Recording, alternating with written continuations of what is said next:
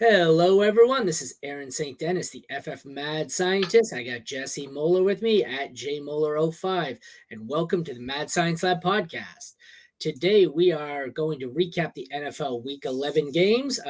We are recording, well, I guess we're not recording, we are live actually. Monday morning. It's been a chaotic week, so I have to check my dates. Monday morning, does that check out? We are on Monday. Yes. Yeah, Good. it does. I spent 20 minutes waiting in the wrong lobby because I thought it was Tuesday and we were doing the waiver show, but it is indeed still Monday. So we have not done the Monday night football game. That is what tonight? Chiefs, Chiefs Eagles, the best Eagles. game of all time. Who did the I think it's Eagles gonna be piss great. off? They get the Bills next week, which right now it doesn't Yeah. mean as much, but damn. It's rough running that gauntlet they're running right now. Feel bad for them. It's brutal. So we will get into it. Our first game here, we had Dallas 33 over the Carolina Panthers 10. Dallas moves to 7-3. Carolina 1-9. I heard rumblings that they may bench Bryce Young. Not sure to what end that would be. I don't think it's his fault necessarily. This team pretty much sucks. Dak Prescott had 189 and 2, only 22.6 fantasy points. For a 33-point game, I would have expected a bit more, but he's been good again. I'm sure he's top 10. The running backs, we have Tony Pollard finally came alive. He had 12 carries for 61 yards and a touchdown, 4 receptions for 19 yards, so 17 and a half. And my bold prediction is he would be top 12. So I need the running backs in tonight's game to not pass him because he is sitting at 12 right now, and I don't want to be a liar on Fantasy Pros. I looked at him going, damn, he's RB12 right now. And I got to fade Swift and Pacheco today, so let's hope it's a passing game. Rico Dowdle didn't do much, 8 carries for 23 yards. Chuba Hubbard looks like the number one there. They split carries, 10 carries for 57 yards for Hubbard, 2 catches for 8 yards. Miles Sanders had 11 carries for 50 yards and 1 catch for 2 yards. So neither was great. 8.5 for Hubbard, 7.5 for Sanders.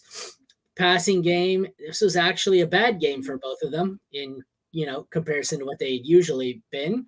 CD Lamb failed to hit the record books there, did not hit 100 yards for the first time in what seems like forever.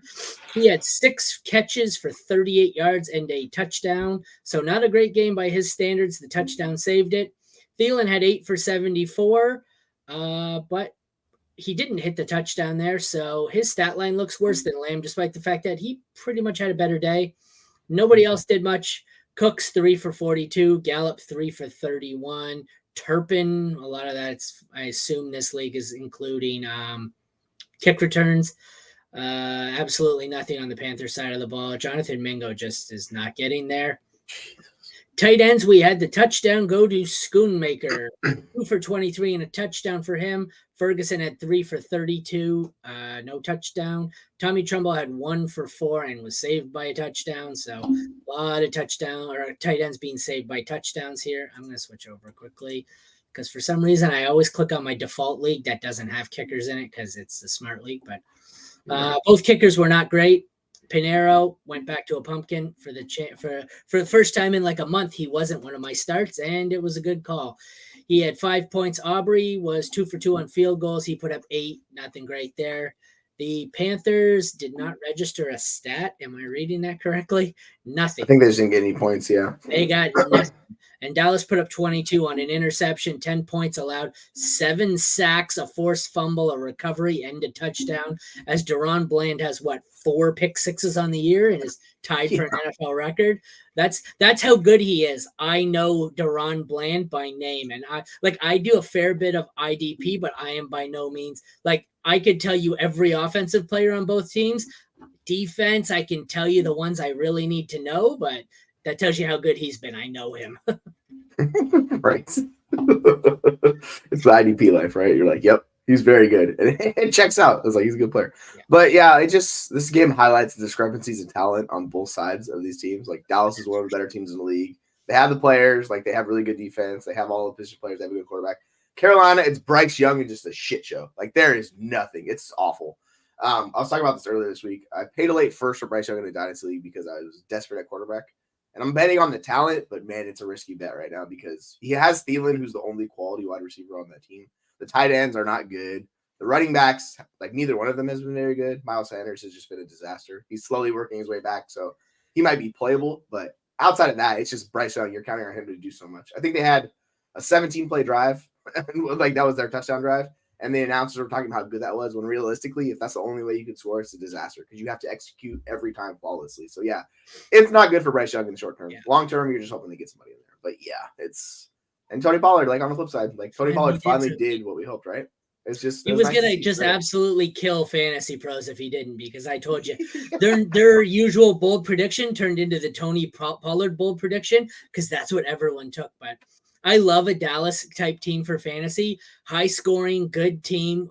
Basically you start Prescott, Pollard, and Lamb. You don't start anyone else unless you're desperate. And then you can start the defense and the kicker most weeks. So I love it. It's a high scoring team that's absolutely completely consolidated.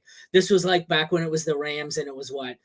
Stafford, Kupp, maybe Woods. Did they have a running back at the time? No, that was after Gurley, right? After Gurley. Yeah, it kind of went in between. They saw Akers that year. That was the year Akers was good for half a season, right? Yeah, the end. He came back from the ACL. Yeah. It's interesting with like Carolina. You can really only count on Thielen to be the producer. And now that Wright took the play calling back over, he's back to what he was actually before. Like he's the only guy. Like that's it. He's the only guy you can count on Carolina. Thielen, it's only been this week on my player profiler article that should come out today. He was one of my sells.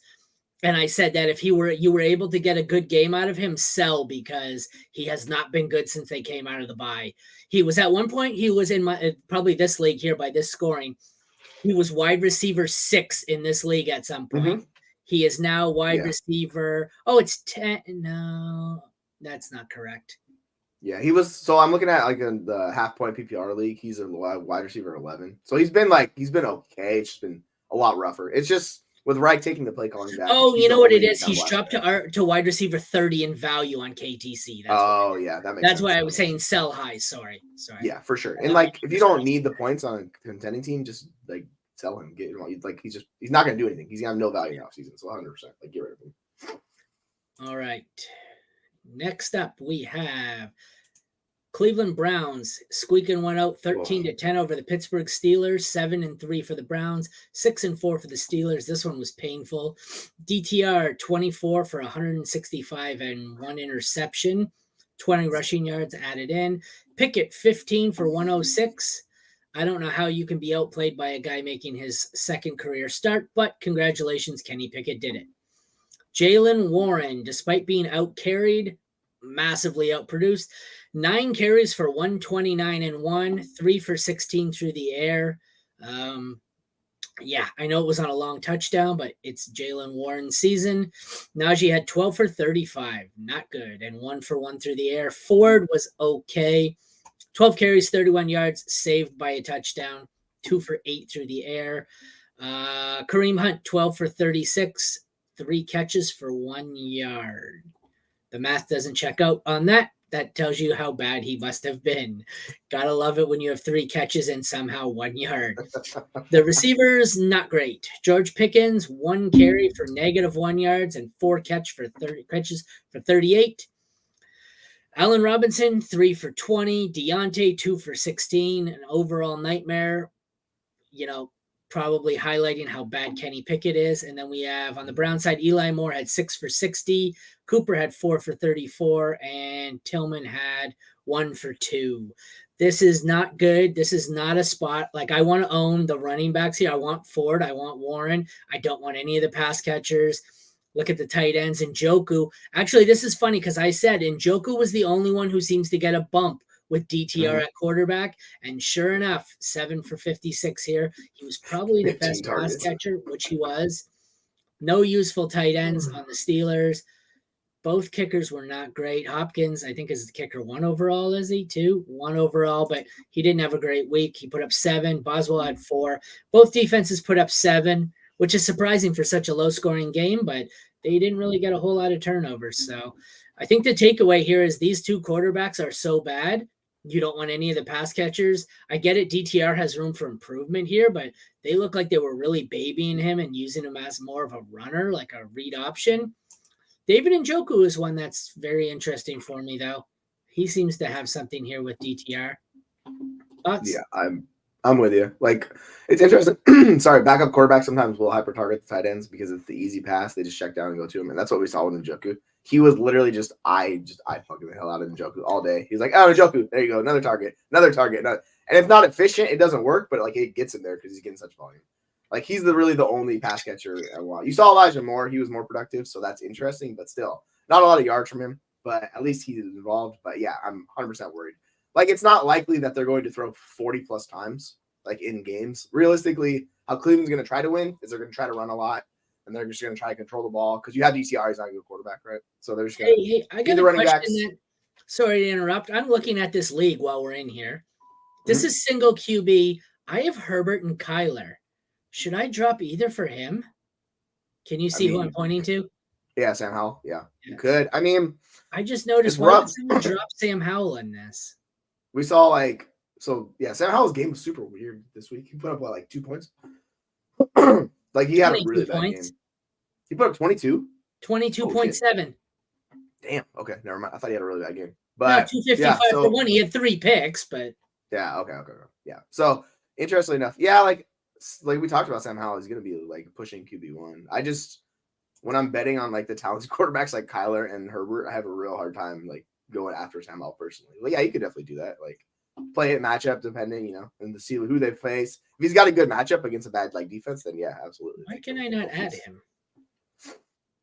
Because I have a 1 QB league where I have Fields and Kyler on the bench because like I had Hurts and I had a bye, so to pick up had Fields, he got injured, and then I was like, all right, well I'll pick up like Kyler, and then I have all these in 1 QB league, so I got to go ship one of them for a tight end or something. But if that doesn't show that I'm all in on Howell, I just walk the walk.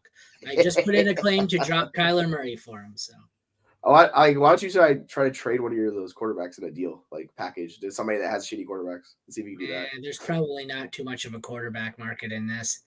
Yeah, probably not. No, I'll just package them on. It's single, like I said, but yeah, it's tough. It's tough in single quarterback. Like I was debating trading one of them for like somebody like Njoku. I'm like, this is so stupid. I can't say this. But yeah, it's lucky. But back to like the issues with Cleveland, it's a disaster. Like 4 is the only guy I'm really gonna trust in Njoku. Just it's a disaster for both these teams. Yeah, and like Ford and Warren. That's it. Yeah, so Warren still had less snaps and less carries and everything. It's like it's so hard on Warren to be like a super. He has to be extremely efficient every week. So it's really hard to rank him really high because I know he's the starter, but it's still a 50-50 timeshare. Like they're still split. Yeah. So ideally, maybe it gets better. But I will say Deontay, like he still saw you targets, so you kind of just have to chase volume with him. It's just going to be up and down depending on matchups with him. Unfortunately, it is what it is. All right, let's move on to a more exciting game. Detroit Lions eke one out 31-26 over the Bears, 8-2 for the Lions, 3-8 for the Bears. Neither quarterback was great. Neither was terrible. Fields had 169 yards for 1 touchdown for 23 points. 238 and 2 for Jared Goff for 20, just under 21, but he had 3 interceptions that really hurt him. That was weird. I don't know what was going on in that game. He was turning the ball. He had 2 interceptions on 4 attempts. I don't know what the hell was going on. I don't know if they were tipping their play calls or what, but running backs, we have Jahmyr Gibbs, gets less carries than David Montgomery, but outproduces. He had 8 for 36 and 1 touchdown, 6 for 59 in the receiving game is the difference. Montgomery had 12 carries, 76 yards and 1 touchdown, 2 for 22 in the air. Deonta Foreman was not the lead back. He was just better. Oh, it's because of the touchdown. 6 for 14 and 1 touchdown. Khalil Herbert had all the carries, 16 carries, but only 35 yards. He got 2 catches in the air for 6. Roschon had 6 carries for 30. So I think this is going back to a Khalil Herbert backfield. Yep. The receivers, we had 2 good ones. DJ Moore had 7 for 96 and a touchdown.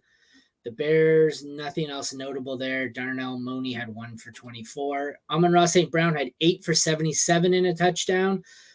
So we have someone over 22-point range for both DJ Moore and St. Brown. Jameson Williams had 2 for 44 and a touchdown. Once again, his day being saved by a long touchdown.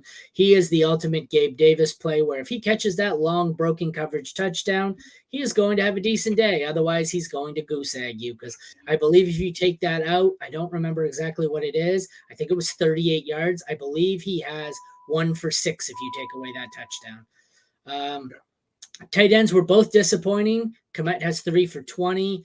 Laporta has 3 for 18. Not a great day. Cairo Santos, I think, is the kicker 1 on the week, if I checked.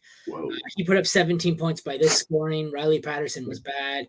Both defenses were not great, 8 and 9 points. They didn't kill you. They were average. So what do you think here? We had a couple of good running backs and 2 really good receivers. Yeah, it's like we talked about on the Sid Start show in the morning, where like Justin Fields is going to run it a ton. And he ended up with 18 rushing attempts in this game because they really don't want him to pass with that injury, as you could tell. So it was nice DJ Moore got there. But yeah, like Day was saved by the touchdown as well. It's just like, it is what it is. These backfields are very much like split, except the Detroit Lions backfield is very good and gives you a lot of fantasy points. Chicago Bears backfield, you don't know what you're getting. I think Deonta Foreman injured his ankle, so he might not play this upcoming week. So it's more than likely Khalil Herbert. But on the Lions side, it's the Jahmyr Gibbs show. Like, he gets those receptions. It's just easier for him to score fantasy points. Like, he's just a locked-in stud moving forward. And David Montgomery's still like top 15. So you have 2 top 15 running backs. Wow. You have a wide receiver 1 and Amon-Ra St. Brown. Jared Goff had a really just an awful game for his like how he is at home. So that was kind of a surprise. But like Foreman outside of that, I think it looks like Foreman didn't return after that. Yeah. So he might be out this upcoming week, which means just you can fire up Khalil Herbert a lot more confidently than before this week. The interesting thing with Laporta is his usage was weird. Like, he saw way less targets in this game. So I don't know if that was just a game script or what it was, but he just was not as involved. So I kind of want to check on him moving forward, but like, he's still a tight end 1. You can't really complain. And yeah, it's just a good offense versus a not so good offense. Like, that's kind of is what it is with these 2 teams.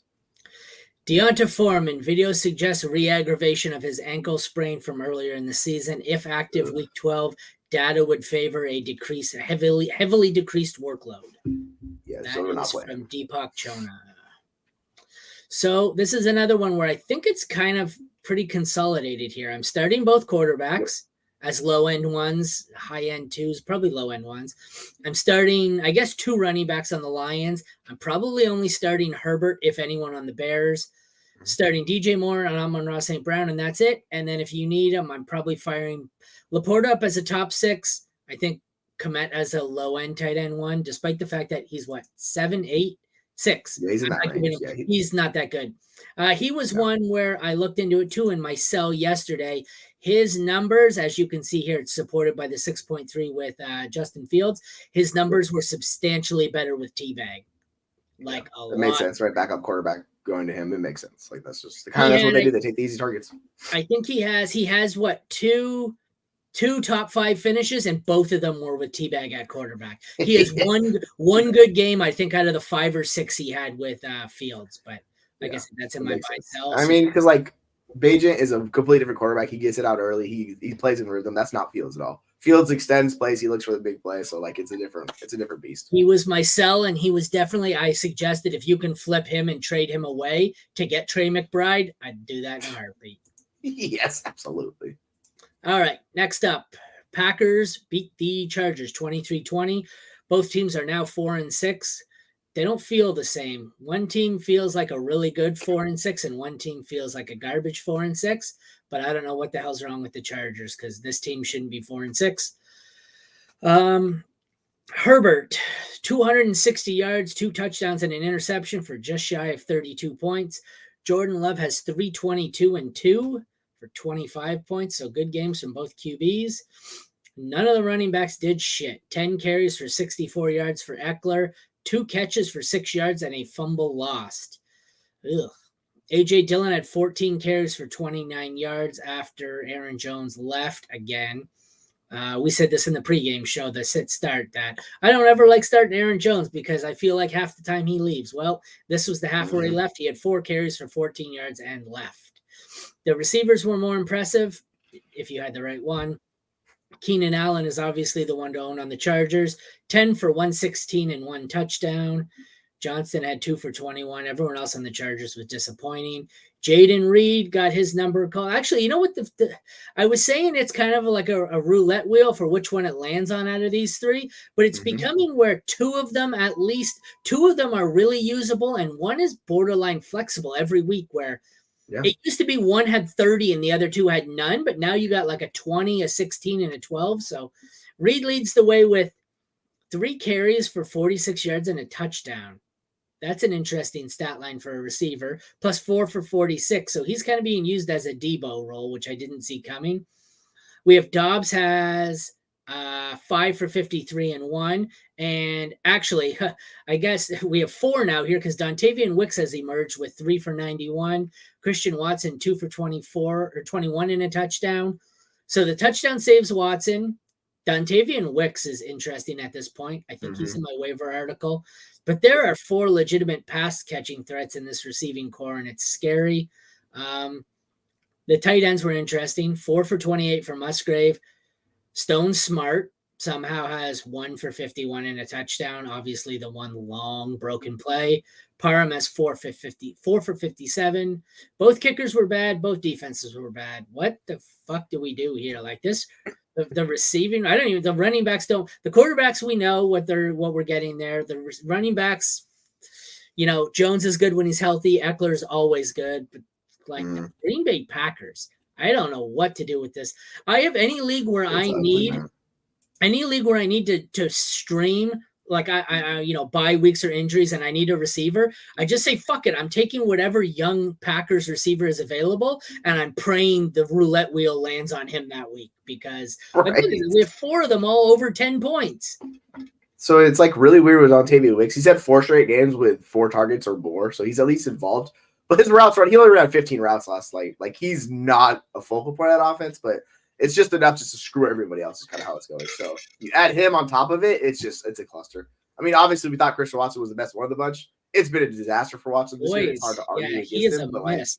What's up with this? So is Jordan Love that bad of a pass? Like 7 targets, 3 catches, 8 targets, 3 catches, 7. Can he not catch, or is Jordan Love that inaccurate? I think I know the answer. I think it's a mixture of both. Like it's not good, man. It's so bad. Like we talked about, the regression is going to happen for Watson, and he's still going to be downfield using those threats. But like Love's been better the last couple weeks. I think his PFF grades like dramatically gone up. So who knows? Maybe he's turning a corner, but it's not happening with Watson. So 2 touchdowns on the season. Better, yeah, 2 touchdowns. I would say regression has normalized. Yeah, and he's wide receiver 60 or something right now. It's just and like the whole the funny. I'm not even gonna play Dylan. Like the Jones injury looked really bad. I think he's gonna be done for a few weeks because he was immediately carted out and he was like gone. So I think that's a pretty significant injury. I haven't looked into it. I think it's a few weeks. I think he's done. Minimum. I thought he might be ACL, MCL is what I said. Yeah, like I think he's done. Which sucks. I want Dylan. If he's done for the year, I'll take Dylan.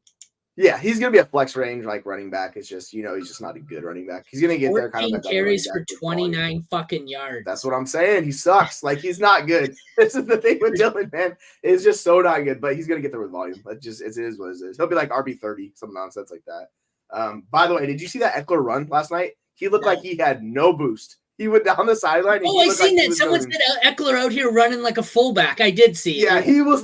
I was like, good Lord, Eckler. He's running like this, like use check, like at the goal line.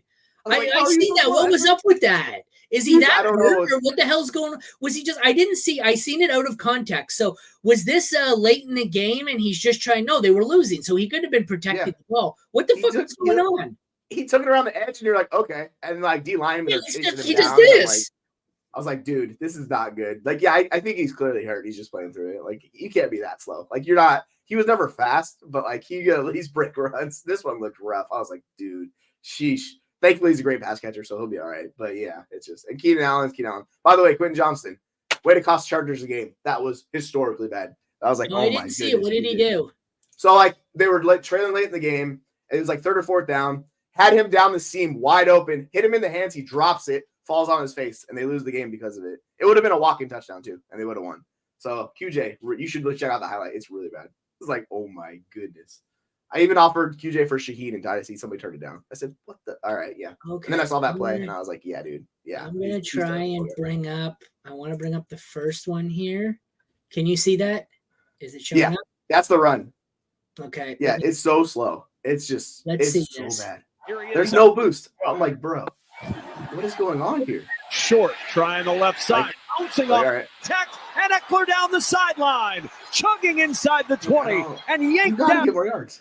It's so slow. I was like, Jesus. Why does Austin Eckler run like CEH now? What was the other one? QJ? What did he do? The Quentin Johnston drop. You could just type in Quentin Johnston. It'll pop up. It's really bad. Sorry, I haven't seen a couple of these highlights now. Yeah, that one right there. Oh, Jesus Christ. Brutal. Yeah, that was with the game on the line, too.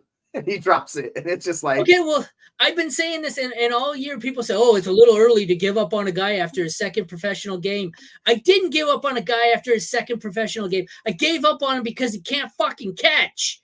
So I will caveat by saying, if people are looking to trade him, don't do it yet. Do it in the offseason after they cut Mike Williams and or Keenan Allen, because they can't have both of those guys when the contract hits.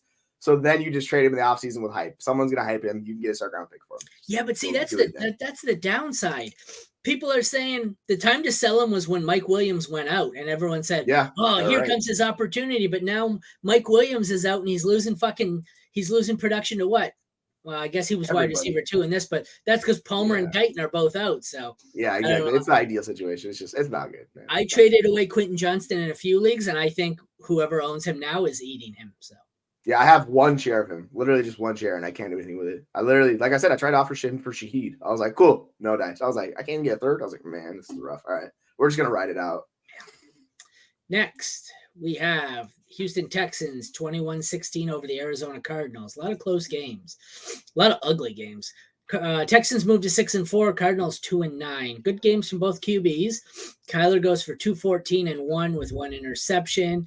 CJ Stroud goes 336 for 2 and 3 picks. So we had a lot of 2 different quarterbacks who aren't typically turnover prone in Stroud and Goff. Really ruined their days with 3 interceptions. It's an odd week. Devin Singletary is something else. 112 yards, 1 TD on 22 carries. He was awesome. James Conner had all the work, 14 carries for 62 yards. Just didn't do much with it. It concerns me long-term that they added Michael Carter, who is far better than anyone they have on their roster. And I personally think is far better than James Conner at this point in his career. We'll get to that in a minute. Though receivers is where it's at here. Rondell Moore was good. He had 1 catch for 48 yards and a touchdown. That's reliable production you can bank on. Greg Dortch would probably be much more stable if you're going to chase one of these guys on the waiver wire. He had 6 for 76. Hollywood Brown, 2 for 18. I don't know what the hell that was all about. Tank Dell goes 8 for 149 and a touchdown. Nico goes 7 for 65. So they had similar days here, except Tank broke 1 for a touchdown, and that's why you get 31 versus 14. I still think it's an even split. If you can acquire Nico low, I would do so. Robert Woods had 5 for 44 and is getting way more action than I think he deserves or anyone thought he would see. Tight ends, we had Trey McBride, 5 for 43, which is a bad day for him, but still not bad for a tight end. Dalton Schultz had a terrible day of 2 for 32, but was saved by a touchdown. The kickers, Fairbairn. The Sleeper still hasn't updated this. Fairbairn's been almost a month. It's fucking Matt Amendola, and they still they have 3 extra points on the score. What do they mean? I was like, okay, that's fine. That's funny. Yeah. Then we have Matt Prater was not good. Cardinals defense was all right because they got 3 interceptions. They put up 10 points, and the Houston defense was not great. What do you think here? I love the the quote from Stroud in the postgame where he said, Steph Curry doesn't stop shooting when he misses. It's like, sometimes I hit it, sometimes I miss it. It is what it is. It's like, he's confident. He knows he's a really good quarterback and he's playing well. Finally had some interceptions. They were bound to happen. You can't just have 2 interceptions all season. So he more than doubled his total on the year, but he's fine. Like, I wouldn't be too worried about him. Sometimes they just have a bad game that happens. Kyler, he gave you those fancy points because he's a rusher, man. Like, that's what it is. It's just fancy glory with Kyler. 7 carries, 51 yards, touchdown. Like, really easy. Like, Mike said it was $5 Brees versus Jacobs. I'm assuming we had the Jacobs side of this. Yeah. Who God, did Brees have more points than Jacobs? Good 6.1. I don't know. What did Brees have? Let me look. Oh yeah. We got smoked. Okay. We got smoked. Okay. All right, Mike, I couldn't even remember the bet. Okay. Yeah, I was like, because we're like, you got to chase Jacobs. No, you don't. I remember making a bet. I just didn't remember what it was. Sorry, anyways, back to the game. No, you're good. It's fine. These offenses, like, who you're starting and who you're not starting. Like, I know it's a rough game for Hollywood, but he's still the wide receiver you want to target in that offense. Like, I don't really want to chase Dortch or Rondell Moore's been fine. He's more of like a wide receiver 4 moving forward. Like, he'll give you some boosts just because, He's quick, he's fast, he makes some plays, but think like it's still 2 carries. I 1 chase reception. Dortch over Rondell, I think. Yeah. At least So, Dortch like, is interesting getting with targeted. Dortch, it literally came out of nowhere. He had 2 targets before this game on the entire season. So I don't know where the hell this came from with Dortch. Like, this seems really weird. So I was like, Dortch is making an appearance? Weird. Yeah, so it's like Trey McBride. I retract my previous statement. I would chase Rondell over Dortch, but I would not chase either of them. Yeah, the Cardinals, it's Trey McBride. He's the focal point of that offense. Collar's like going to target him a bunch. Like, he's the guy. If I want any Cardinal, it's Trey McBride. On the flip side, yeah, like the 3 main wide receivers for the Texans all ran 32 routes. It's like Tank Dell at 35, Nico ran 34. For fucking Robert Woods. Yeah, like Woods is he's just there. He's gonna play. He's gonna have some decent games, but we can just say John Mechie's dead because he didn't do anything. But Schultz was a little disappointing. He's Schultz. He's just not that good, so it's kind of up and down with him. But yeah, is what it is. Like, we know who we're playing with these guys. Like, it's pretty set in stone. Like, it's not play McBride. Not offense related, but Kyle Shanahan confirms Talanoa Hufanga has a torn ACL and is done for the year for the night. You see how that happened? What? He got shook so bad by Rachaad White, like he tore his ACL. Did he really? He was going to tackle him. Yeah, no, he was going to tackle him. You're Rachaad White kidding me, right? It was brutal. Yeah, Rachaad White put a move on him, and you see him just slip and goes down, and I'm like, oh no. Oh, I gotta see this. It was yikes. I saw the highlight, and I was like, damn. It's not funny, but it's just unfortunate. Let me switch over to this. We're interactive show today, apparently. Yeah, that's what we're doing, I guess, Just have a little fun with it. By Rachaad White. But you got to have that protection. Chase Young is coming free, and there's Cade Otton just to give him enough time. It's just that little flick. Now you're in space. Wow. Those leg buckles right there. That's crazy. That's it. By Rachaad White. Jeez. You do so well, you ended a guy's season. Wow. It's like, dude, and he's one of the better defenders in the league too. It's like, geez. Yeah, that hurts San Fran, man. That's not good. That does. That's a big loss for them, unfortunately. But yeah, like we know what these teams are for fantasy. Yeah. Like it's Stroud, it's Kyler. Connors, he'll be fine. He's just gonna with Carter running more routes. I think Tony Jones ran like 10 routes of the 32 routes that were possible. So, Carter's gonna run more than that because he's a better player. I just don't think he's gonna get many carries over like James Conner. I think they really like James Conner there. So like it's gonna be like a split kind of with Carter. It might be for the future. Yeah. Well, like with the future for that team, like I don't know. I think Connor's gonna be gone. They'll probably draft somebody realistically. I think that's best case scenario. Oh, have we done this Oh no, we haven't done this yet. According to Ari Meroff of the 33rd team, the Falcons have named Desmond Ridder as their quarterback for this week. Yeah, because that injury with Heineke, right? So they're like, play him as the starter moving forward for the remainder of the season. Oh, how bad was Heineke's injury? I didn't know. Was it a concussion? What was his injury? I don't remember. I don't know. I don't remember seeing him get hurt. Yeah, but like we'll talk about Singletary. Like he looks awesome. That game? I don't. What the Falcons were on? Oh, it's because it happened last week. The Falcons are on bye, are they not? Yeah, they are. They didn't play because so it happened last week, and I just forgot. Okay, I was gonna say I didn't see Heineke get hurt. No, but it was last week, and I think it was concussion, but I'm not 100% sure. I could just be mistaken on it. But yeah, like for the running backs with Houston, like Singletary, he's more than likely what we call a league winner. Like he's a guy getting a ton of work. Dameon Pierce is out. It's just like he's been the better running back. Like they're going to talk about him. So yeah, it's hamstring. It's a hamstring. Okay, and those are not fun. We've seen that with Justin Jefferson. We've seen that Deontay Johnson. Like the way it's written here, it looks like they were planning on going back to him anyways because he's been so fucking bad. Yeah, they both just are not good. Like it's just not good. Whoever starting quarterback there is, it's just unfortunate. But yeah, like I'll have Singletary probably as like a top 16 running back, 18 in that range. Like next week, he's just with like Pierce back or without Pierce.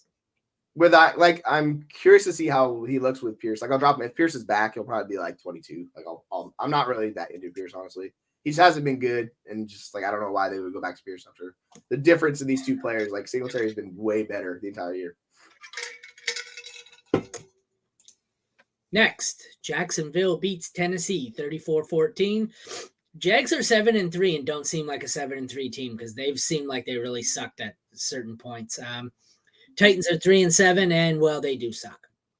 Trevor Lawrence rose from the dead because that's what happens on the week where everyone hates on him and Ridley. They decide they're good again. Mm-hmm. He is 262 for 2 and 36 points. Will Levis has his third bad game in a row and was apparently fool's gold. Told you to sell him, but nobody listened. 158, 2 TDs, fumble lost. Running backs were all pretty crappy here. Travis Etienne had 14 carries for 52 yards, 3 for 7 through the air. Derrick Henry had 10 carries for 38 yards. Tyjae Spears, 4 carries, 14 yards. Dearness Johnson had 7 carries for 20, like nothing. It's all garbage there. Some of the receivers were usable. D-Hop had 4 catches for 59 and a touchdown. Chris Moore had 1 catch for 49. On the Jag side, we have Calvin Ridley with 7 for 103 and 2, which is great and looked awesome on everyone's bench because there's no way anyone was starting him. That's like Mike Evans in the fantasy playoffs last year, putting up 40 when you weren't playing. Well, no, Mike Evans got me in my championship. Yeah, yes, that was great. In your championship, but the problem is most people, if he did that for you in your championship, if you owned Mike Evans, you had already been eliminated, so it didn't matter. So. Oh no, I was just riding him. Like he was like my second flex play. Like we had Evans blow up, and I was like, yes. But yeah, like he won multiple championships for me last year. Most people didn't survive that long with Mike Evans in their lineup, but Christian 100%. Kirk, 3 for 48. The tight ends were disappointing, 4 for 29 from Engram. Not even the rest of them aren't worthwhile. McManus was good. I hit on him again. He had 10 points, 2 for Folk. Titans don't register anything, and the Jags defense registers a 7. And I'd like to point out, after this week on my DST kicker streaming article, over the last 5 weeks, I am 20 for 20 on defenses, and I am 17 for 20 on kickers. Somebody please listen to me because I'm actually winning, and nobody pays attention. Oh, we're getting another notification. What is it? You gotta start making those bets on those bad boys. Be rolling in the dough. Yeah, but where can you really can I get a parlay of just playing defensive props and kicker props? That's the problem. Yeah. There's no market for it. It's more usable. It's real small. I'll tell you what I'm doing. I'm winning a lot of games by listening to my own advice when I need to stream. Like the last few weeks, I had a lot of Buffalo, San Fran, and they were on bye, and I've had to stream these defenses, and I'm like, fuck it, I'll listen to my own advice, and it paid off. I think I had Washington's defense this week. That looked good. It's been a good week, but what do you think about this game? The touchdown regression for Trevor Lawrence finally happened. As like Etienne was getting all the touchdowns early, Lawrence got 4 in this game, so like his touchdowns hit. I mean, he's still a good quarterback. That's the thing. So if you were interested in getting I know people talked about this, if like you could move from Burrow in Dynasty to Lawrence, like that's a fine package deal. Not everybody wants to do it, but it's like Lawrence still a good quarterback, and he's gonna give you wins. It's like I don't know. People were so down on him, I didn't understand it. On the flip side, yeah, Levis is just super risky. Okay, so here's my team. I'm gonna lose this week and go to 9-2. I've got Lamar and Howell, and this is a win now team. I also have Burrow. Should I trade Burrow straight up for Lawrence? Yeah, like I'm fine with that move. Not everybody might. You could probably get something. Well, maybe not for this week since Lawrence just went off. But yeah, I'm fine making that move in Dynasty. I think Lawrence is tier 2. They're both tier 2 for me. So if you're confident in the talent of him, it's shoot. And then you don't have to ride the up and down with Sam Howell because Sam Howell is all over the place. That shit is a roller coaster, man. Okay, who should I ask for in addition? Just some I was thinking Rashad White or Zach Charbonnet. Yeah, either one of those guys. It's probably harder to get White, but if he's on the trade block, if they're trying to get rid of points, ask for White. Because he'll help you more and win now. And see what they say. They might do it. I doubt it. These guys are something else. You'd be like, all right, what about Charbonnet? And then you just throw it to me on a guy that doesn't matter. It's one of those leagues where everybody knows everything. Yeah, I have one of those leagues. I can't remember the deal. Oh yeah, it was I sent Burrow for Tua, and the guy was or Tua for Burrow, right? And the guy was like, no, he's going to stay on my roster forever. He's never leaving. And I laughed. I said, oh, okay. He's like, all right, stop being a pussy. I was like, dude, what? I just laughed at your response. Okay. All right, fun chat with you, buddy. We're going to TV show that reminds me of the TV. What TV show is it? Promise me you'll never die. I love you. I'll never die. Yeah, that's how rational that is. He'll be on my roster forever. Okay, dude. So with Calvin Ridley, we'll talk about him for a second. You just have to ride the Calvin Ridley wave if you have him on your roster.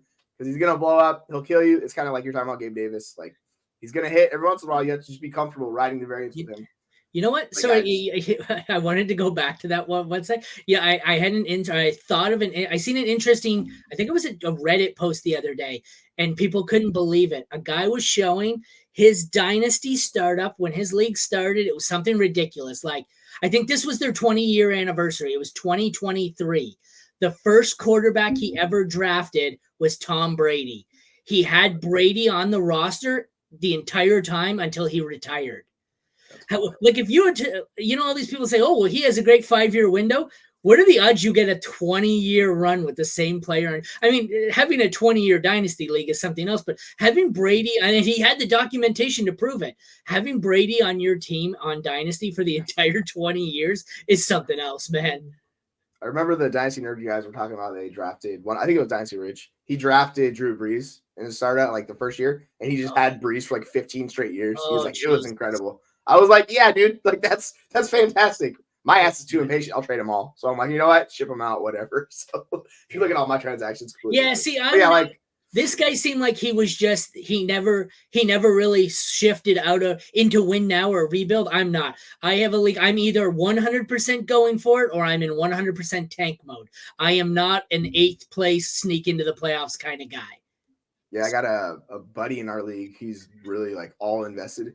Yeah, he just traded for Burrow. He got injured. He picked up Dobbs. He was terrified he was injured. He had Aaron Jones. He had T. Higgins. He had Darren Waller. He had a couple other guys all been injured this year. And he's like, dude, I'm cursed. I'm like, and he's all in. He has like no draft capital anymore. I'm like, yeah, that'll happen sometimes if you do that. It is what it is. It just sucks. Sorry, Ridley. You were talking Ridley. Maybe yeah, so like he's a roller coaster. I hate Ridley. Yeah, you got Robin Kidley, as we call him. You got to ride the wave with him. It is what it is. He'll blow up every once in a while. Kirk was fine. Like, it wasn't great, but he still targets, so it's, it's all good. On the flip side, Hopkins, it really depends on Levis. They only threw it 17 times. I don't understand why they only threw it 17 times. They were blown out by 20. I don't get this at all. But Ridley's fine. Like, he's not a terrible wide receiver. He's just not an elite wide receiver anymore. So, sorry to interrupt you again. We have a ton of updates coming out. Dolphins rookie Devon Achane re-aggravated the same knee injury during Sunday's game that sidelined him for 4 games. Will not require surgery, but he will be out a little while. The team is gathering more information on how to proceed next. They're probably going to shut him down, I'm guessing. Like, that's just my assumption. They just shut him down. Yeah, not good. Like, you re-injure that same knee, it's like, dude, it's just, yeah, we're just going to. I have had on 2 separate occasions where I have a couple of shares. I got a ton of, I don't know, I think I told you this back during draft season where I stacked a lot of Jeff Wilson and Raheem Mostert back-to-back in like rounds 15, 16, 12, 13. So I've got a lot of Mostert. And there were a lot of leagues where I said, oh, fuck, I got to sell Mostert. And this is twice now where I've held on to him, hoping for one last week. And then Achane has gotten hurt and where I'm like, he might be usable again. So, yep. Yeah. Like it's just unfortunate because he's such a good talent and he's getting injured. But yeah, like back to Jacksonville. Interesting with ETN is weird. Like, because this game was a blowout, if you look at the usage, the other guys got more carries than they normally do. But he's been really good. He's top 3. Like, he's fine. It's just he's a little more touchdown dependent than, like, the McCaffreys, the Ecklers, and those guys. Because he doesn't catch, passes as much. So that's why you see Bigsby and Johnson with however many, like, 17 carries or whatever. Like, that shit ain't staying. So it is what it is. And, yeah, the Titans offense, man. I don't know what you do. When they get behind, Derrick Henry can't do anything. It's just Tajay Spears didn't do anything. It's really just – it's up and down roller coaster with them. Yeah, they suck. So, like, it just is what it is, unfortunately. And yeah. All right, we got to speed up a little. We're taking our sweet time here. We still got 6 games left to go. Ooh, baby. 45 minutes. Okay. Dolphins 20, Raiders 13. We've got Tua goes for 325 and 2 touchdowns and an interception. Aiden O'Connell, 271 and 1 with 3 picks. A lot of 3 interception games from quarterbacks this week. Mostert, 86 yards, no touchdown, puts up 13 points. Jacobs goes for 39 and I thought he had a touchdown. Oh, no, he didn't have a touchdown. That's what killed us. Then he had 1 reception for 12 yards. Ahmed chipped in 3 carries for 6 yards and then 3 for 25 and a touchdown in the air. The receivers do what they do. Tyreek Hill had 10 for 146 and a touchdown. Waddle, disappointing again, 4 for 55. Devontae, 7 for 82 and a touchdown. So we have 2 really good assets here. Jacoby Myers puts up a similar stat line to Waddle, 4 for 49. Renfro, 5 for 42. Cedric Wilson, 3 for 23. Nothing else to see there. The tight ends are a mess. 4 for 46 from Mayer, which isn't terrible. Nobody else put up a point. Both kickers did not put up anything. How is that possible? Because I'm on the wrong league. I switched off to make that trade. Oh, I was looking at the stats and I was like, there's no way. Yeah, it just doesn't make any sense. I looked too. I clicked over to make that trade offer that I didn't forget. Oh, yeah, you're right. Carlson was decent. Sanders was good. Raiders were decent, and so were the Dolphins. None of it killed you. None of it helped you. I'm getting another notification. That is just Sleeper 5 minutes behind what the other notification was. What do you got here? Yeah, so this is what we talk about with Jacoby and Devontae. I'll just hit on those guys really quick. Aiden O'Connell loves Devontae Adams. He's like the number one guy. He's really only focusing on him. So the ancillary pieces, because O'Connell's not a good quarterback, they suffer. So it sucks for Mayer. It sucks for Myers. Like, they're never going to hit ceiling games. Adams is getting there basically on volume, and he's such a good wide receiver. He wins. On the flip side, I don't know what the hell to do with Jalen Waddle, man. It's super frustrating. They were talking about dynasty trades of like doing Tank Dell swap for him, and I'm like, honestly, like, I'm considering it because Stroud's been so good and he's going to pass so much. Like, it totally makes sense. It's just sucks for Waddle. That's where he's at. Tyreek Hill's a stud. I know Cedric Wilson got in a few more snaps and routes because Tyreek Hill got hurt. He came back in. Wouldn't pay too much attention to that. But yeah, like you're saying, Raheem Mostert's probably going to be a like top 12 running back again. Like, without Devon Achane, he's going to be out. Like, I don't trust Ahmed. I don't really think Jeff Wilson's that good anymore. So it's probably going to be Mostert. And Jacobs just had a bad game. This is what it is. Sometimes you just have inefficient games. That's Jacobs. I wouldn't worry about him moving forward. He'll be fine. It's the same guy that it is. Like, he's an RB1. All right, moving on to another barn burner. Giants 31, Commanders. I almost pulled the Jeremy. Commanders 19. Both teams suck. Tommy DeVito, 246 and 3 touchdowns for 30 points. Sam Howell, 255 and 1, which was weighed down here by 3 interceptions. That's like the 5th 3 interception quarterback on the day. Just like to point that out. Saquon Barkley goes 14 for 83 and then 4 for 57 and 2 TDs through the air and killed me in the other league that I was 9-1 in. Thank you for that. Brian Robinson, 17 for 73, 7 for 58 through the air. And Brian Robinson is quietly one of the top running backs in the league right now. Yeah. RB4, and nobody cares. He was my top buy because nobody cares. They don't like him. It's one of those that's like Rachaad White. We don't think he's good. So we're like, oh, he sucks. But he's winning you leagues. Yeah, but he's putting up numbers. Rachaad White is like, what, RB15? We'll see in the next game. Yeah. Slayton, 4 for 82 and a touchdown. Wandell, 1 for 2. Sorry, 3 for 35 and 1 for 2 on the ground. Dotson, 3 for 23, saved by a touchdown. McLaurin, 5 for 43, not saved by a touchdown. Excuse me. Tight ends, 5 for 58 for Logan Thomas, who was hampered there by a lost fumble. Bellinger, 3 for 38. Both kickers put up 7. The Giants' defense was fucking beast. 3 interceptions, 4 sacks, 4 forced fumbles, 3 recoveries, and a touchdown. And the Commanders were half decent. So I believe those were 2 of my DST starts of the week, and both got over 8, so both hit. What do you think about this board? All right, so if you can move DeVito for anything in Dynasty, do it now, because Washington's the worst defense in the league. This is like the one game he's going to be good. Look at his projected points. It's like 8, 9, 5, 6. Like, he's not good. He can't support like the RB3 projections is what you're telling me. It's rough. So, yeah. If you can get a 3rd-round pick for him in Dynasty, I'm taking that. Like, he's going to have no value in the offseason. Like, just get out. Like, this is the one window. It's like, cool, sell him for anything. Yeah, I don't want any of the wide receivers. I don't want the tight end in New York. It's just the Saquon Barkley show. Saquon Barkley did his thing. Like, that's what it is. Sam Howell was gross in this game, but he got there with volume. Like, he came back. Still gave you. Howell's gross in every game. Yeah, it's like, I think he gave you, I'm looking at my half PPR league. I think he got 17 points. So still respectable, very good. And yeah, B-Rob is a locked in RB1. Like, he's probably a top 5-6 moving forward. Like, this usage is absurd. 9 targets, 17 freaking carries. Like, I don't care about Chris Rodriguez. It's whatever. Dotson, yeah, I'm just done with Dotson. I tried in this league. I tried to trade for Robinson like 6 weeks ago because I thought he was coming on, and I couldn't get it done then because it's a Commanders fan who rosters. Yeah, I think I have. I'm gonna go offer Dotson for Robinson in the league. Oh my god, that trade got fucking rejected. What are we doing? You should be like, what do you want? Be like, how much more do you like? He's last place and winless and just turned down Joe Burrow. Oh, what? And he doesn't need Rachaad White. Like, yeah, it's whatever. What did I tell you with this league? What did I tell you? Everybody knows everything. I got managers like that all the time. I'm like, bro, like, think about your team on the long term. Like this is such Yeah. it's whatever. Well, Just there's a dumb. reason there's a reason he's winless and in last place. He won Yeah, it they're year bad one. managers. He sold out everything to win year one, Oh and no. is last place now. So Yikes. Yeah, and like Logan Thomas, he's just up and down. It's just kind of just sometimes it works, sometimes it doesn't with him. It's just he's a mid-range tight end too. I wouldn't worry too much about him either. moving on. San Francisco 27, Tampa 14. Tampa is 4-6, and they might still be in first place in the division. San Francisco 7-3. We have a big game from Brock Purdy, 333 and 3 touchdowns here. Baker has 246 and 1 touchdown, 1 interception, but a fumble lost. That's an odd stat line. It seems like that number would be higher, but I guess the interception and the fumble kills him. Yeah. Rashad White, the answer to my question, is RB6. So he's another one. I didn't think he was that high up. He's gonna get both those guys. Yeah, it's like good. 9 carries for 30 yards, but 1 touchdown saves him. He made it all through the passing game. Well, I guess 6 receptions. Not a great game here, but this is why Rashad White is undervalued, because the number, like the end fantasy value, is a lot nicer looking than the stats. Like he has a combined 58 yards here and somehow puts up 18 points. That's ugly. I don't know if I want to bank on that.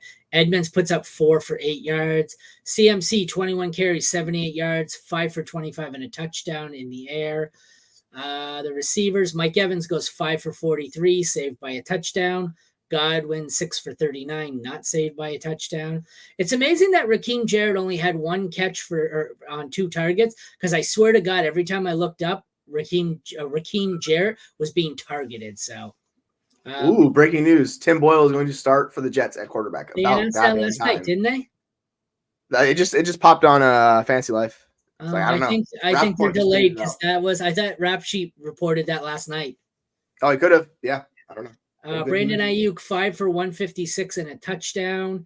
Debo, 3 for 63. Not a great game there. Tight ends, George Kittle has another blow-up game. I'm really glad this league, I tried to trade him away. Actually, in the other league, tried to trade him away for Ingram. Glad I didn't do that. 8 for 89 and 1 touchdown. K-Dot, and we have 4 for 49. Not great, but against this matchup, not too bad. Moody was decent for 9 points. Chase McLaughlin sucked. The Bucs defense sucked, and the Niners put up 10, because even in a not great matchup, the Niners defense is still the Niners defense. What do you take away here? Brock Purdy is legit with the weapons back. Like I get it, people don't like him, but he's got all those weapons. He's going to be very good, especially when he plays bad defenses. Like it's good. So I interestingly offered Purdy on a team that I'm tanking for Watson and like a deal, and the guy was like, or not Watson, I was offering Watson for Purdy, like flipping them because I have injured Watson and he had Purdy. He's like, no. And I was like, all right, whatever. That's your loss. But yeah, like Purdy's he's really good, man. Like I don't get it. He's just keeps scoring fantasy points. He does his thing. Baker Mayfield, he's a solid QB too. He is what he is. It's a rough game for them. Like Rashad White got there in volume because it's San Francisco's defense, right? It's a good defense. So if you look at his receptions and targets, like he's up near the league leaders each week. It's like 6, 7, 4. Like he just gets volume. That's good. On the flip side, McCaffrey's a stud. We don't really talk about McCaffrey. He's RB1 until forever. Like he's just Christian McCaffrey, right? I think the best bet for him was the touchdown bet this week because he didn't score last week. It was like 100% chance to score a touchdown this game, and he did. No surprise. And then we go down to the wide receivers. Mike Evans, he's their wide receiver 1. He made a nice play for a touchdown. He got 12 targets, dude. Like it was not efficient, but he got there on the targets. And Godwin's just I don't know what to do with Godwin, honestly. It's a little disappointing, but he's wide receiver 39 on the season. Oof, that is rough. So yeah, really not interesting. Godwin. That is unfortunate. I don't know how high do you have Brandon Ayuk ranked in Dynasty? Because I've heard some ridiculous takes on him. Because he is very, very good. I just don't know about his situation. 12 to 15. Yeah, because people are talking like top 5, and I'm like, good lord. They had him in the same tier like at one point I had him at 8 or 9. Yeah, they had him in the tier like Garrett Wilson and stuff, and I was like, dude, I can't. No, I had him low, or I had him higher. At one point, I had lowered Olave and I had lowered Garrett Wilson, but I boosted them back up because I don't think Wilson matters who was at his quarterback. So him and Olave went back above him. Puka, I finally gave in and moved Puka above him. There's 1 or 2 other of the youngsters where I've moved above him, I think, but yeah, I think he's in that range. Like you could top 15 for me. Yeah, like once you get past like Lamb and those guys, then it's like, you know what, you can make the case for him if you're really bullish. It's just that pass volume is really not there usually. It's like they didn't have a ton of pass attempts last week. They had 25. So it's just really hard for him to be like an elite, consistent wide receiver. If he ever gets in the situation where they're throwing it a bunch, like he's going to be high in wide receiver when he's that good. And George Kittle, like he just makes plays, dude. That's what George Kittle does. Like George Kittle's just one of the greatest tight ends of all time. Like it is what it is. If he's getting 8-9 targets a week, yeah, you're going to be getting a high end tight end. Like that's fantastic. Tight end 3. But you see, yeah, it's all over the place. Like it's like 1, 4, 2, 7, 11. It's a super wide range of outcomes each week with him. Buffalo Bills beat the living snot out of the Jets, 32-6. Jets defense is good, but not good enough in this one with their offense being that terrible. Zach Wilson has 81 yards, a touchdown, and an interception in what is likely his last start in the NFL. Tim Boyle comes in for 33 yards and interception, so not much better. Josh Allen, 275, 3 TDs and an interception. He had 31.5 points. The running backs were good. Breece Hall has 10 carries for 23 yards, but gets 5 for 50 and a touchdown through the air. Abonaconda didn't do much. Dalvin Cook didn't do much.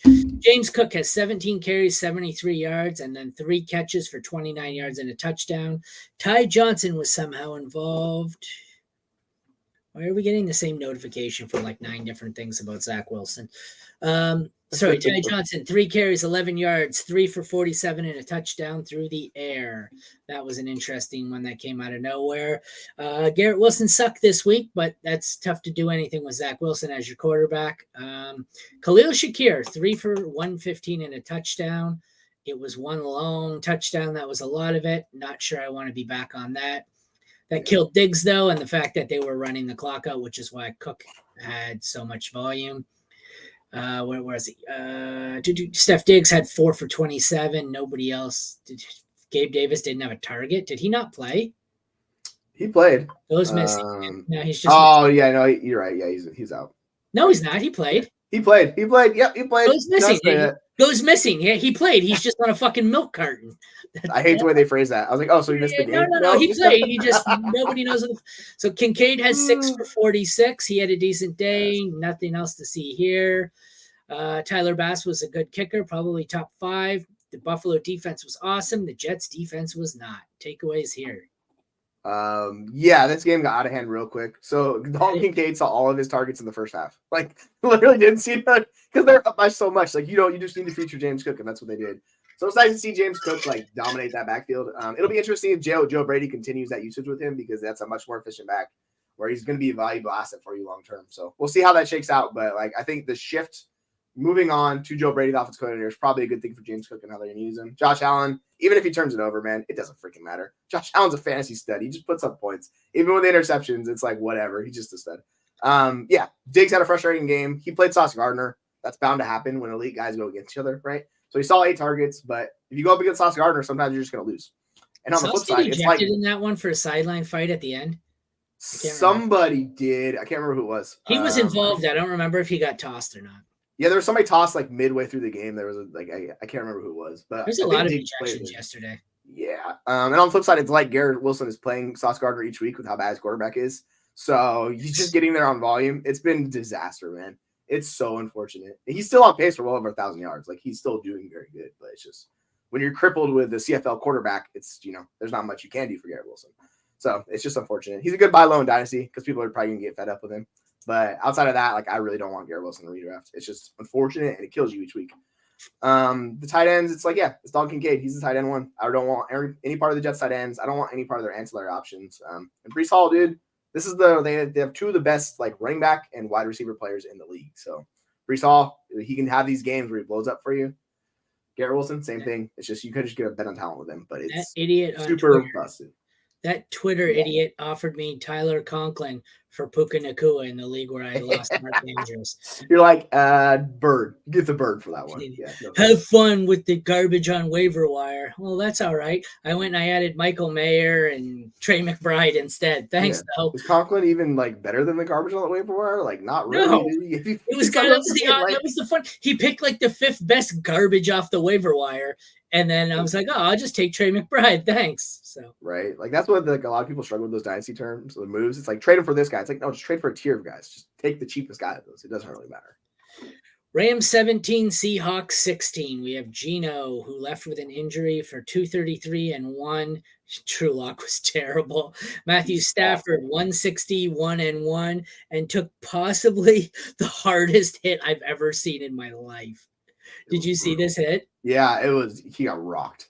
Yeah. Like, oh my gosh. Oh, good God, it was brutal. The running backs.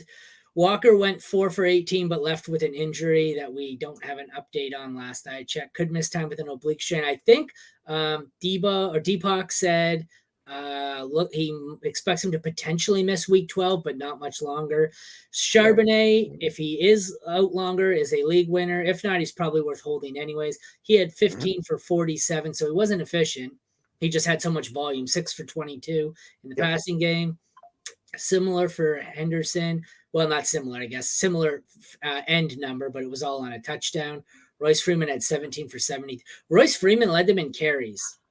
That's horrifying. Yeah, he was just better back. Like, it was weird. They only had 6 carries for Henderson, so I don't know why they decided to shift. And Henderson was the pass catcher, so go figure, because he's not a good pass catcher. So I don't know what to take away from that game. Terrifying. DK 5 for 94 and a touchdown. Lockett 5 for 51. JSN 3 for 40 and Bobo 1 for 8. On the Ram side, we have Puka Goween 5 for 70 and a touchdown. Trammell comes out of nowhere with 3 for 23. Not much else to see here. Tutu Atwell 1 for 17. Cooper Kupp 1 for 16, but he left as well. Yeah, that's ankle rough. sprain. He re-injured that ankle. I look, Deepak says he expects him to play next week, just with a slight performance hit. None of the tight ends did shit.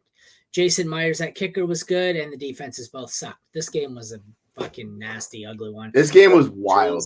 So as soon as we saw Drew Lock coming in, I go, fuck, Seahawks are going to lose. And Drew Lock was terrible, and he turns it over, literally cost them the game. It's just they had to bring Geno back with his hurt elbow.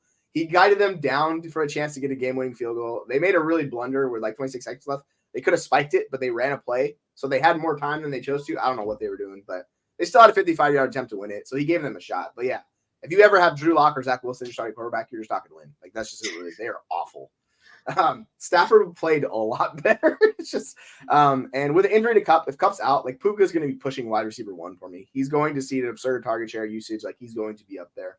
And yeah, like I put out a tweet earlier, like last night, where I was like, oh yeah, I guess Zach Charbonnet's the winner. And everybody's like, have you seen his schedule? And I'm like, have you seen his volume? It doesn't really matter. Like, he's going to be a high floor play.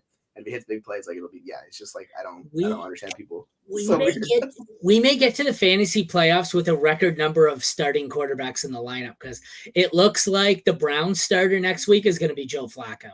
And if it's not next week, it'll be the week after. Yeah, and Geno might not play this week because of that elbow. Like, they talked about it. So if Drew Lock's playing, I'm benching every Seahawk except for Charbonnet. Like, I'm not trusting his Lock for anybody. Like, there's no way. Anything else to take away from this before we get to the last game? I'm glad we started early because we are going forever. And we didn't even have to do the Thursday nighter. We're just a marathon today. Yeah, no, we're good. Okay. Well, let's wrap it up with Denver, Minnesota, 21-20 for Denver, which was a surprisingly entertaining game. I am happy Denver pulled it out because I like the Lions as well as the Saints, and fuck Minnesota. Russell Wilson, 259 and 1. Josh Dobbs, 222, 1-1. I think this is where we start to see Dobbs taper off. So what does he have? 27, 20, 27, then nothing, garbage. So it's 28, 28, 27. This is where I think we start. I said I thought it would last a little longer. I thought he would get to the fantasy playoffs before dropping a dud because of these Chicago and Vegas are good matchups. But I don't know. I think we could see his usual boom or bust where he starts to taper off. Ty Chandler, 10 for 73 and 4 for 37. Alexander Madison had 18 for 81, and I listened to part of this or watched part of this game. I had to listen to them talk up how they finally started to see what everyone in Minnesota is seeing and how great Alexander Madison is. And I was wondering if they were watching the same broadcast because Alexander Madison's dog shit. Samaje Perine had 7 catches for 60. Javonte had 11 carries for 37 yards. Neither of them were great. McLaughlin pretty much useless. He had 5 catches. A lot of receptions going to not Javonte Williams because they couldn't get anything going on the ground. The receivers were all ugly except for Sutton, basically. He had 4 for 66 and a touchdown. Judy has 5 for 58. Mims 2 for 12. He's only usable if in leagues where you count return yards. Jordan Addison had 3 for 44. Powell 3 for 32. Osborne 1 for 7. Not a lot to see here. Tight ends, it was Josh Oliver, not TJ Hawkinson. Why they both had 4 catches, I don't know. 1 touchdown for Oliver was the difference. Troutman had 2 for 33. He sucked. Will Lutz was my other hit. Actually, I think I had these two. And Greg Joseph barely squeaked through because my cutoff line is 8 points, so he got exactly through. Lutz had 17. The Denver defense was good. The Minnesota defense doesn't exist. What are your thoughts to wrap this one up? So Russell targeted the running backs at a 28% target rate. Like, that's absurd. That's basically like he's playing with Eckler back there. So yeah, I don't know what was up with that as a game plan, but yeah. It took a while for Sutton to come through. He finally did, where he made 2 just insane catches on that final drive to win the game for them. So yeah, that connection between them is real. Sutton's the best wide receiver they have. Like, I know people like Judy, but honestly, I'm not really interested in Judy. The Javonte thing is odd because people were hyping him up and I was a little skeptical. And then he had this game where he's splitting work and splitting carries, so they couldn't run the ball. It's weird. Like, so they tried to feed him, but they abandoned the run in the second half because they just couldn't run on Minnesota, and I don't know why. Yeah, then they brought McLaughlin and Pirine for all those attempts. It's just strange. But yeah, you don't really want a tight end outside of Hawkinson, like Oliver and Troutman. No, thank you. Hawkinson took a while to get going. Oliver caught that 1 touchdown early on, but then Hawkinson finally got going. It's just a little tougher with Dobbs, right, for these pass catchers, right? Without Justin Jefferson, it's forcing Addison to be a role he's not like really capable to be a true wide receiver 1X in an offense. So like it makes it harder on him. So we need Jefferson back, and then they both can kind of cook together. And yeah, I think Ty Chandler's just a better running back, like you're saying. So I'd much rather have Chandler. But like Dobbs, he's going to give you fantasy points. It is what it is because he rushes, and you know he had more points than Russ. So I'll take it. It's just he's not 21 yards on the ground. Yeah, this is what it is. Like, and if he gets a touchdown, he made a couple boneheaded plays. He had a chance to win the game for them. He gave him a shot. So it's just he's better than the other option, like Nick Mullins, whoever else is there. Yeah, I guess he's probably like QB8 right now based on just how many backups are starting. Yeah. There's only 7 healthy starters, so I guess he's a top 10, but it's strange. It's a strange year. All right, well, that wraps that up. Check back with us. We have a weird schedule this week. So tomorrow, Tuesday, we will be live at noon, I believe, for me and you in the waiver wire. Wednesday, we're going to try and do during the day. We don't normally record. We don't normally record or go live Wednesday, but we are going to somewhere or between lunch and dinner because we got to get the previews out for the Thanksgiving games early. So catch us. Look for my tweet sometime during the day tomorrow or Wednesday. We're going to get out a show on Wednesday to preview the Thursday games, and then we'll be back for our usual times Thursday, Friday for the game previews. For Aaron and Jesse, thank you for tuning in to the Mad Science Lab podcast. Take care, everyone. We'll see you tomorrow with the Waiver Show.